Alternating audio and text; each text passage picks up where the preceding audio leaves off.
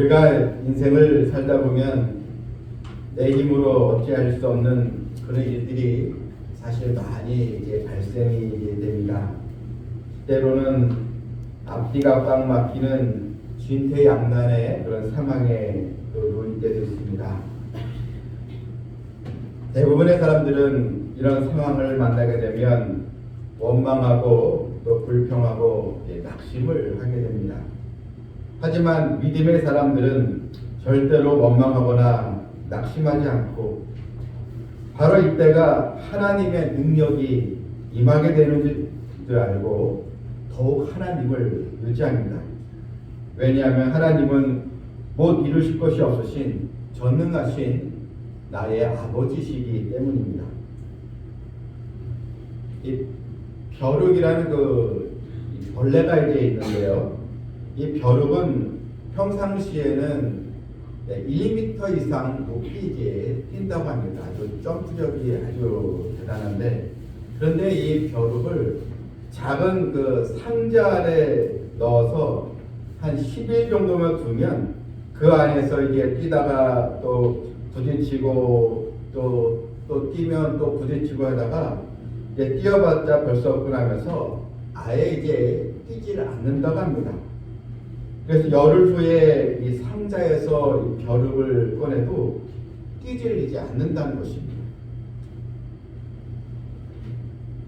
여러분, 우리 인생도 이런 똑같은 현상이 일어날 수 있습니다. 우리가 살아가면서 자꾸 여러 가지 일에 부딪히게 되고 또 힘들고 또 마음이 또 이제 낙심으로 찾아오게 되면 쉽게도 미리 체념해 버린다는 것입니다. 그러나 여러분, 우리는 부족해도 우리 배후에는 전능하신 하나님이 바로 계십니다.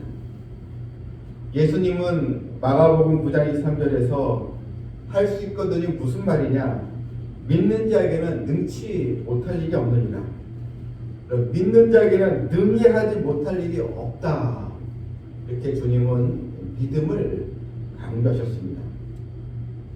오늘도 살아계신 하나님이 우리를 위해 일하시는 전능하신 분이신 줄 알고 우리가 이 땅에 살면서 우리가 믿음으로 이런 영성을 또 가지고 사는 우리 성도들 다 되어야 될 줄 믿습니다.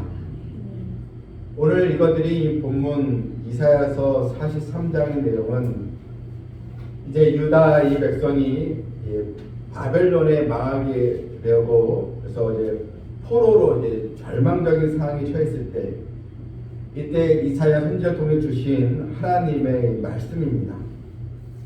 백성들은 낯선 땅에서 종살이를 하며 언제 돌아갈 수 있는가 정말 막막한 그런 또 상황에서 백성들 가운데 하나님 우리를 잊으신 것은 아닌가, 하나님은 우리를 버리시지 않으셨나, 이렇게 신앙에 의심을 가지고 있는 그런 또 때였습니다. 이런 상황에서 주어진 하나님의 약속의 말씀은 바로 내가 새 일을 행하겠다, 새 일을 행하시는 하나님을 바라보라는 것입니다. 2025년도가 이제 시작이 되었지만 사실 우리 주변을 보고 나라 사정을 보고 또 아니라 경제적인 상황을 이렇게 보게 되면 참 마음이 편치 않는 그런 또 시대에 있습니다. 어떤 분은 TV를 보다가 뉴스만 보면 다 그냥 꺼버린다는 것입니다. 이제 아무나 이런 나라 상황, 정치적인 상황이 더 마음을 이제 힘들게 한다. 그래서 이제 꺼버린다고 하는데 우리 주변에도 힘들고 또 지쳐있는 그런 또 사실 우리 이웃들이 많이 있습니다. 혹시 하나님의 자녀 가운데도 낙심스러운 일 때문에 그런 마음이 또 심란하고 뭔가 생기가 솟아오르지 않는 그런 또 처지에 있는 성도는 없습니까? 오늘 말씀에서 하나님 우리에게 주시는 내용이 이것입니다. 본문 18절을 다시 보니 너희는 이전 일을 기억하지 말며 옛날 일을 생각하지 말라. 우리가 새 일을 행하시는 우리 하나님을 바라보고 믿음을 살기 위해서는 이전 일을 기억하지 말고 옛날 일에 거기에 얽매여 살지 말라는 것입니다. 과거에 나를 괴롭혔던 일, 실패와 이런 또 고통에 있던 일들, 이런 또 나라하고 이런 또 장애물에 걸려 넘어지게 했던 일들, 나를 더 힘들게 했던 그런 사람들, 여러분 또 해결되지 않는 그런 문제들, 이래서 마음이 이제 상처 투성이가 된 사람들, 이제 주 하나님의 영광을 바라보며 실패했던 일, 나로 하여금 계속 우울하게 만들었던 일들, 이제 그것을 생각하지 말라는 것입니다. 기억할 필요가 이제 없다는 것입니다. 이 물고기의 이 기억력은 딱 15초 정도밖에 되지 않는다고 합니다. 그래서 이 낚시꾼들이 이제 같은 장소에서 계속 낚시를 이제 할 수가 있는 것입니다. 물고기들이 그런 미끼를 물려가다가 거기에 또 찢기고 상처가 나고 그러다가 15초 지나면 또 그 미끼를 또 이제 문다는 것입니다. 그래서 지혜로운 어부는 놓친 고기에 미련을 두지 않습니다. 더 큰 고기가 기다리고 있는데 놓친 고기 때문에 아깝다고 후회만 하고 있다면 고기를 잡을 수가 없기 때문입니다. 성도 여러분, 좌절과 실패를 경험하지 않고 살아가는 사람이 과연 누가 있겠습니까? 그런데 하나님은 너를 힘들게 했던 일들 다 이제 이전 것은 다 내려놓으라는 것입니다. 오직 나만 믿고 나아가라는 것입니다. 창세기에 나오는 요셉의 일생을 보면 요셉은 참 굴곡이 많은 그런 인생이었습니다. 형들에게 시기와 질투를 받고 애굽의 포로로 또 팔리고 억울한 누명을 또 시험받아서 감옥에도 들어갔습니다. 그런데 요셉은 이전 일들, 자신을 괴롭게 했던 사람들이나 억울하게 감옥에 들어간 일들, 이전 일 때문에 결국 그는 거기에 머물러 있지 않았다는 것입니다. 자신의 꿈을 준 하나님을 바라보았습니다. 요셉이 애굽의 총리가 된 다음에 그가 이제 므낫세라는 그 장남 아들을 이제 낳았는데, 창세기 41절 51절에 보게 되면 그 아들의 이름을 므낫세라고 했는데 그 이름의 뜻이 이것입니다. 하나님이 내게 내 모든 고난과 내 아버지의 온 집의 일을 잊어버리게 하셨다. 하나님께서 자신의 이런 모든 이 고난의 일들을, 또 억울한 일들을 다 잊어버리게 하시고 나에게 축복을 주셨다. 그래서 이제 므낫세라는 그런 아들의 이름을 바로 지은 것입니다.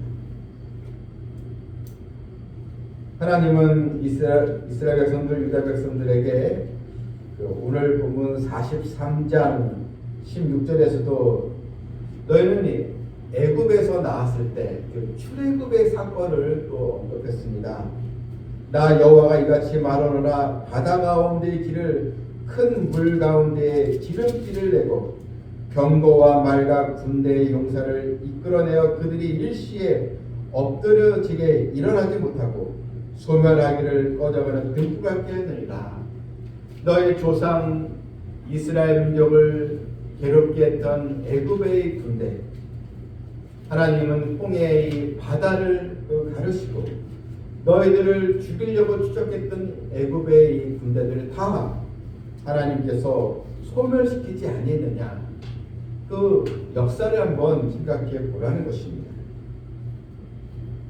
이스라엘 백성들은 출애굽의 역사를 알면서도 현실의 어려움과 고통 때문에 계속 원망하며 살고 있었다는 것입니다. 여러분, 우리가 기억해야 할 과거는 한 가지밖에 없습니다. 날 구원해 주신 하나님의 사랑, 하나님의 구원의 역사와 사랑, 주님의 십자가 은혜, 이것만 여러분 기억하면 바로 되는 것입니다. 어제 일을 오래 기억하는 사람은 결코 앞으로 나갈 수가 없습니다. 또한 남의 잘못을 두고두고 기억하는 사람도 결코 행복하게 살아갈 수가 없는 것입니다. 여러분, 달력이 바뀌었다고 새해가 된 것이 아닙니다. 우리의 마음속에 있는 묵은 이 감정들, 이전에 쓰라린 그런 또 고통의 일들, 옛적 일들을 다 이제 주님 앞에 내려놓고 소망을 가지고 살아가야 하는 것입니다. 본문 19절을 우리 한번 다 같이 한번 읽도록 하겠습니다. 보라, 내가 새 일을 하리니 이제 나타낼 것이다. 너희가 그것을 알지 못하겠느냐? 반드시 내가 광야의 길을 사막의 강을 내리니. 여러분, 하나님은 광야의 길을 사막의 강을 내리시는 하나님이십니다. 광야는 본래 길이 없는 곳입니다. 광야에 갇히게 되면 꼼짝없이 죽음을 이제 맞이합니다. 그래서 때로는 고대 사람들은 이 광야에서 길을 잃지 않기 위해서 이 비둘기 한 마리를 끈에 메고 걸었다는 것입니다. 방향을 잃으면 비둘기를 이제 날립니다. 그럼 비둘기는 본능적으로 자기 집 쪽을 향해서 나가기 때문에 비둘기를 날려보낸 그 방향으로 이제 가게 되면 이제 길을 잃지 않기 때문입니다. 하나님은 인생의 이런 막힌 길도 하나님은 열게 하시는 아버지십니다. 한쪽 문이 닫히면 다른 쪽 문을 또 열게 해주십니다. 여러분, 한 문제에 막혀 있을 때 그 막혀있는 문제 보지 마시고 또 다른 문을 열게 하시는 하나님을 우리는 바라봐야 합니다. 이제 사막에 또 강을 내시겠다, 기적을 행하여 주시겠다는 것입니다. 사막은 물 한 방울이 없어서 사막이 된 곳입니다. 그런데 그곳에 강을 내시겠다는 것, 하나님만이 하실 수 있는 것입니다. 바벨론 포로로 잡힌 유대인들이 고국으로 돌아가려면 험한 광야 길을 가야 되고 사막을 지나가야 했습니다. 하나님께서 먼저 가시면서 광야의 길을 내시고 사막의 강을 준비하겠다고 말씀하신 것입니다. 20절에 보니 장차 들짐승고 승냥이와 타조도 나를 존경할 것은 내가 광야의 물을 사막의 강들을 내어 내 백성 내가 택한 자에게 마시게 할 것이다. 하나님은 이런 하찮은 들짐승에게도 존중을 이제 받으시고 했는데 하물며 하나님의 자녀된 우리가 하나님을 의지하고 하나님을 존중하는 그런 백성이 되어야 될 줄 믿습니다. 길이 없다고 생각되는 곳, 아무리 노력해도 돌파가 보이지 않는 그런 상황에서도 새로운 길을 열어주시는 하나님이 우리에게 계십니다. 하나님의 역사는 늘 우리의 이 생각을 바로 뛰어넘습니다. 이것이 끝이 아닌가, 여기까지가 아닌가, 여러분, 내 생각에 거기에 눌림받을 수 있는 것이 아니고 내게 새 일을 여시는 하나님을 여러분 또 바라보시길 바랍니다. 하나님의 이 도움의 손길이 2025년도에 그대로 오늘 말씀처럼 이루어질 줄 믿습니다. 미국 리더스 다이제스트의 그 책에 이 밥돌이라는 사람의 그 이야기가 있습니다. 이 밥돌이라는 이 사람은 19살에 취직을 해서 26년간 특별히 이 쇠고기를 포장하는 그런 회사에서 일을 했습니다. 근데 어느 날 불황으로 인해서 그만 해고를 당하고 말았습니다. 직장을 잃었습니다.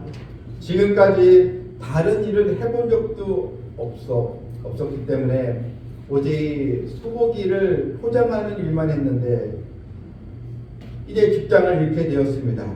생활비와 자녀들 교육하는 거, 또 집에 대한 이런 용자금, 그것이 걱정이 되고 앞날이 이제 캄캄했는데 그런데 이 밖으로 낙심하지 않고 더 좋은 기회가 있을 것이 하면서 하나님께 기도하며 이제 매달렸습니다. 하나님을 바라보니 믿음을 더 가지고 나아가니 더 이상 이제 염려가 자신의 발목을 잡지 않게 되었습니다. 그래서 그는 소망을 가지고 또 기도를 했습니다. 하나님께서 새로운 일자리를 주실 거야 이렇게 믿음을 가졌습니다. 어느 날 보험회사 이 직원이 이제 자신의 집을 이제 방문했는데 이제 형편상 보험을 이제 계약할 수는 없었습니다. 그런데 이 보험사의 직원이 이 사람의 사정을 다 이제 들었는데 그럼에도 불구하고 참 밝고 명랑하고 긍정적인 사람이구나 이런 생각을 하고 이 회사로 이제 돌아갔습니다. 이제 메트로폴리탄 이 보험회사에서 이제 또 새 직원을 이제 뽑아야 되는데 거기에 이제 인력을 총괄하는 그 사람 설리금을 하는 박사가 있는데 여러분 긍정적이고 아주 명랑한 그런 사람이 있으면 그런 사원들을 좀 뽑으시길 바랍니다. 이런 생각을 얘기를 했는데 바로 자기가 만났던 밥도라는 사람이 생각이 나서 이 사람을 한번 회사로 초대를 했습니다. 그리고 한 석 달 정도 함께 보험사 일을 하면서 자신의 한번 능력을 한번 평가해 보자 하면서 3개월 정도 수습 기간에서 일을 하게 되었는데 그런데 이 사람이 1년도 못 되어서 그 직장에서 가장 많은 이 보험 실적을 올렸고 또한 다른 직원보다 갑절의 수입을 올려서 그 보험회사에서 크게 성공을 하게 되었다는 그러한 또 기사 내용이었습니다. 여러분 광야의 길을 내면 더 이상 광야가 아닙니다. 사막의 강을 내면 더 이상 또 사막이 아닙니다. 하나님 우리에게 기적을 베풀어 주시고 생명을 주시는 분이십니다. 너희가 그것을 알지 이제 못하겠느냐? 여러분 19절에 보게 되면 중반에 너희가 그것을 알지 못하겠느냐? 지금까지 너희 민족의 역사를 되돌아봐라. 하나님을 모르겠느냐?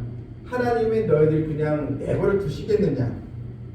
지금까지 하나님께서 생각하신 일을 한번 기억을 해보라는 것입니다.